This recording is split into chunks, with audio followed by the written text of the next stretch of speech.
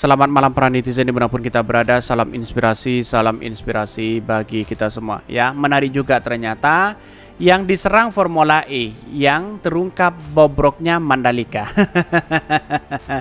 Jadi apa yang terjadi selama ini begitu kan? Kok seperti ini begitu? Kok yang disalahkan Formula E? Kok yang disalahkan Anies Baswedan begitu kan? Bobroknya sudah kelihatan, Mandalika punya utang 4,6 triliun. Oh ya, terus kemudian kerugian MotoGP 50 miliar. Event dari WSBK-nya yaitu 100 miliar. Bayangkan begitu, kok yang disalahkan tetap Anies Baswedan? Kok yang diserang tetap Formula E? Ada apa begitu? Ataukah jangan-jangan para buzzer sudah kehabisan cara begitu kan? Atau kehabisan kata-kata begitu kan? Atau malunya luar biasa? Bisa masyarakat bisa menilai itu seperti apa begitu kan? Tetapi ini menarik begitu kan? Kenapa Mandalika itu masih dipertahankan begitu ya oleh si Erick Thohir begitu ya? Bisa saja dengan kalkulasi MotoGP sudah kerugian 50 miliar di situ masih mempertahankan, bisa jadi nanti ya kerugiannya bisa 100 miliar begitu kan ya. Bisa saja nanti utangnya begitu 4,6 triliun menjadi berapa triliun begitu ya. Kita lihat saja nanti begitu bagaimana perkembangan ya. Padahal ya jalan tol saja begitu ada perawatan sana sini begitu masih rugi begitu ya. Walaupun masyarakat sudah bayar setiap hari lewat masih rugi begitu kan. Tetapi kita lihat bagaimana perkembangan komentar-komentar netizen seperti ini. Ini komentar-komentar netizen ya yang diserang Formula E, yang terungkap bobroknya Mandalika. Bayangkan begitu ya. Mana bisa dibawa diam masalah begini, harus diperiksa keuangan dan pencetus gagasan serta penanggung jawabnya yang dijebloskan ke penjara karena di awal proyek sudah dikritisi ya bakal bermasalah ya. Ini jelas merampok uang negara. Ini ada dugaan-dugaan dari masyarakat bahwa ya kita periksa begitu kan, biar BPK yang mengatakan atau menjelaskan begitu kan ya, karena masyarakat masih menunggu begitu seperti KPK begitu ya. Upaya jahat untuk menjelekkan orang lain malah kembali kepada dirinya sendiri. Benar nggak, Bong? Ini kritikan-kritikan dari netizen begitu kan. Tetapi kita lihat saja bahwa perkembangan dari event MotoGP dalam jangka panjang itu sebenarnya baik begitu kan. Tetapi kalau ada kerugian-kerugian seperti ini, ya kacau begitu ya. Suka-suka yang berkuasa dikira hidup terus dan nggak mati ya. Dunia semua akan direngkuh ya. Kok bisa ini? Ambisi yang menghancurkan ya. Entah kapan ya sadarnya para pejabat bangsa Indonesia. Jika tidak mampu menjaganya, janganlah merusaknya. Betul begitu ya. Jadi artinya apa, selama ini para buzzer sudah kehabisan kata-kata kalau seperti ini begitu ya. Bahkan ini lu sih ya kagak ikut pawangin hujan Dennis Regar, banyak kritikan di situ begitu. Ada pawang hujan, ada sini berapa bayarannya pawang hujan. Kalau memang ada dugaan seperti itu, pawang hujan juga kena nanti begitu ya.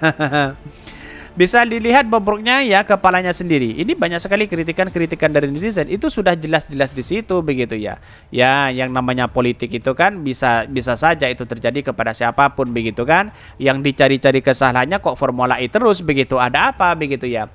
Beginilah kalau negara dikelola oleh tukang ya, moeb-moeb ya, akan hancur meninggalkan hutang mewarisi generasi ya, karma. Begitupun diserang Pak Anies ya terbongkar bobroknya Jokowi. Ya kita lihat saja nanti bagaimana perkembangan politik hari ini begitu kan. Tetapi mari kita baca terlebih dahulu beritanya seperti ini. Ini beritanya ya, yang diserang Formula E, yang terungkap bobroknya Mandalika. Bayangkan begitu ya. Mandalika setelah pesta dari Koran Tempo begitu ya.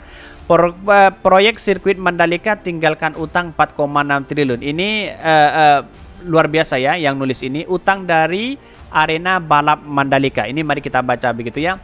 Perhelatan kejuaraan dunia MotoGP di Mandalika, Nusa Tenggara Barat pada Oktober 2022 menyisakan ya tunggakan bernilai jumbo bagi PT Pengembangan Pariwisata Indonesia atau Indonesia Tourism ya Development. Bahkan badan usaha milik negara BUMN bidang pariwisata yang sudah ya dilebur ke dalam holding PT Aviasi Pariwisata Indonesia Persero itu memang membawa hutang sebesar 4,6 triliun. Bayangkan begitu ya. Bahkan ya dikatakan ya dari pembiayaan perbankan, Direktur Utama PT PPI Doni Oskaria mengatakan utang itu ya tergolong wajar demi penyelesaian infrastruktur dan kebutuhan acara. Ya, karena kalau ngasil ngutang gimana begitu kan? Katanya dari APBN saja 2 triliun begitu ya. Ya, yang jelas masyarakat hari ini meminta keterangan berapa sih ya yang kemudian ya membuat dari awal infrastruktur Mandalika ini, sirkuit Mandalika. Nah, ini menghabiskan dana berapa begitu kan? Biar terbuka di situ. Apakah 4,6 triliun itu sudah cukup? Atau jangan-jangan nanti bisa 10 triliun begitu kan? Ini kan masih belum jelas keterangannya begitu ya ini. Kalau toh pada hakikatnya nanti begitu ya, ada sesuatu ini kan 4,6 triliun dari biaya perbankan begitu kan ya. Mungkin pinjam sana, pinjam sini begitu ya. Tapi tahu-tahunya kok seperti ini begitu. Sebuah perusahaan ya biasa berulang, namun pelunasan untuk yang proyek penugasan tentu dibantu oleh negara, katanya kepada Tempo begitu ya. Besaran utang itu diungkapkan sendiri oleh manajemen Enjourney, nama lain ya PT Aviasi Prawisata Indonesia, ketika mengusulkan penyertaan modal dengan PNN ya PMN kepada anggota Komisi BUMN Dewan Perwakilan Rakyat Rabu lalu. Dari jumlah PMN sebesar 1,19 triliun yang kemudian diajukan Enjourney, terdapat 1,5 triliun yang akan dipakai untuk mengambil utang perbangunan ya, fasilitas grandstand sirkuit Mandalika serta biaya operasional balap MotoGP. Sedangkan sisa 143 miliar dan proyek kawasan ekonomi khusus ya milik PT Hotel Indonesia Natur BUMN ya lain dalam Enjourney ini. Kita lihat saja begitu ya. Menurut Doni, ITDC memikul ya tugas pengembangan ya kayak Mandalika yang berat karena total investasinya menembus 9,2 triliun. Bayangkan begitu ya. Ini kita lihat saja berapa sebenarnya yang dihabiskan Mandalika begitu ya ini. Menurut Doni, ITDC memikul tugas pengembangan ya KIK Mandalika yang berat karena total investasinya menembus ya 9,2 triliun. Bayangkan begitu ya. Apa yang harus kita lakukan kalau seperti ini begitu? Sebenarnya berapa triliun begitu kan? Mulai dari awal pengerjakan begitu sampai akhir begitu. Berapa triliun? Bayangkan begitu ya. Karena tidak dibiayai langsung oleh pemerintah ya, area ekonomi baru yang menunjang wisata olahraga itu dibangun ITDC untuk permodalan ya sendiri dari pinjaman ya serta pinjaman. Perusahaan kini dikejar utang jangka pendek sebesar 1,2 triliun serta jangka panjang 3,4 triliun. Bayangkan ini dari perusahaan saja begitu kan ya. Dikejar utang ya mulai dari jangka pendek, jangka panjang 1,2 triliun dan 34, triliun. Artinya 4,6 triliun begitu ya. Tetapi yang lain bagaimana begitu ya? Bahkan selain sirkuit utang itu dipakai untuk pembiayaan sebagai infrastruktur di area seluas 1.200 hektar di Mandalika seperti hotel, jalan, pengelolaan air serta ya kelistrikan ya. Usulan PNN dioptimalkan untuk ajang jangka pendek yang tercakup proyek penugasan.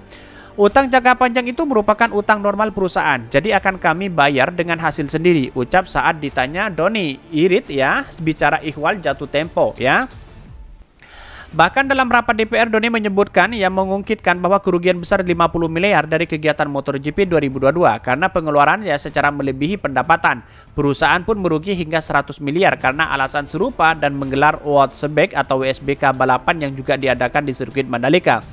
Bahkan Menteri BUMN Erick Thohir membuka peluang pembatalan ya pergerakan balap di sirkuit Mandalika yang merugikan ya kas ITDC. Jika sesuai dengan ucapan Doni sebelumnya, pengelolaan Mandalika bakal mundur dari posisi tuan rumah WSBK. Saya rasa kalau memberatkan kita negosiasi ulang itu hal yang biasa. Erick terang-terangan ingin mempertahankan MotoGP untuk kepentingan pariwisata domestik ke depan. Balapan bergengsi itu dianggap sebagai jalur promosi destinasi prioritas. Walaupun untuk jangka pendek belum terasa kalau 2-3 tahun menjadi proyek yang berkesinambungan. Bahkan pembangunan infrastruktur yang ugal-ugalan ya. Direktur Institute for Demographic on Property Studies ya, Yusuf Wabisono menyebutkan pengembangan wisata olahraga Mandalika menambahkan panjang daftar proyek penugasan yang utangnya harus ditanggung oleh negara. Menurut dia, injeksi dari PN selalu dijadikan bantalan untuk BUMN yang menggarap proyek besar pemerintah. Bahkan besaran ya utang dari konstruksi kayak Mandalika menurut Yusuf menggambarkan lemahnya rancangan pembiayaan proyek ya. Terus kemudian cacatnya tahap perencanaan dan konstruksi begitu ya. Dan bahkan dalam laporan hasil pemeriksaan atau laporan keuangan ya pemerintah pusat dari 2021. Dalam audit tersebut BPK mengatakan penanganan masalah lahan di kawasan pariwisata Mandalika belum sepenuhnya efektif. Temuan serupa tercatat dalam pemilihan investor dan pelaksanaan perjanjian kerjasama dengan investor atas land utilization atau development agreement ya kawasan tersebut. Kepala Pusat Industri Perdagangan dan Investasi Institute for Development of Economics and Finance ya meminta pemerintah mengeram kucuran PNN untuk proyek-proyek markesyar itu. Bahkan ya, namun kemarin Komisi BUMN ya DPR akhirnya menyetujui usulan PMN senilai 5,5 triliun ya, 5,7 triliun untuk 4 BUMN. Sudah termasuk 1,9 triliun untuk Journey. Sekarang PMN hanya untuk mengakomodasi penugasan. BUMN yang diminta menganggap juga akhirnya merugi. Katanya begitu ya. Ini dikutip dari Koran Tempo. Ya, wajar saja. Sebenarnya berapa sih ya yang dilakukan Mandalika ini mulai dari proyek ini semua begitu ya. Kita lihat saja nanti begitu ya. Mungkin itu yang kami sampaikan. Tonton terus channel Hodari Podcast Rakyat ini karena ada berita-berita menarik dan viral setiap harinya. Salam para netizen, salam inspirasi bagi kita semua. Jangan lupa di subscribe channel YouTube Hodari Podcast Rakyat ini.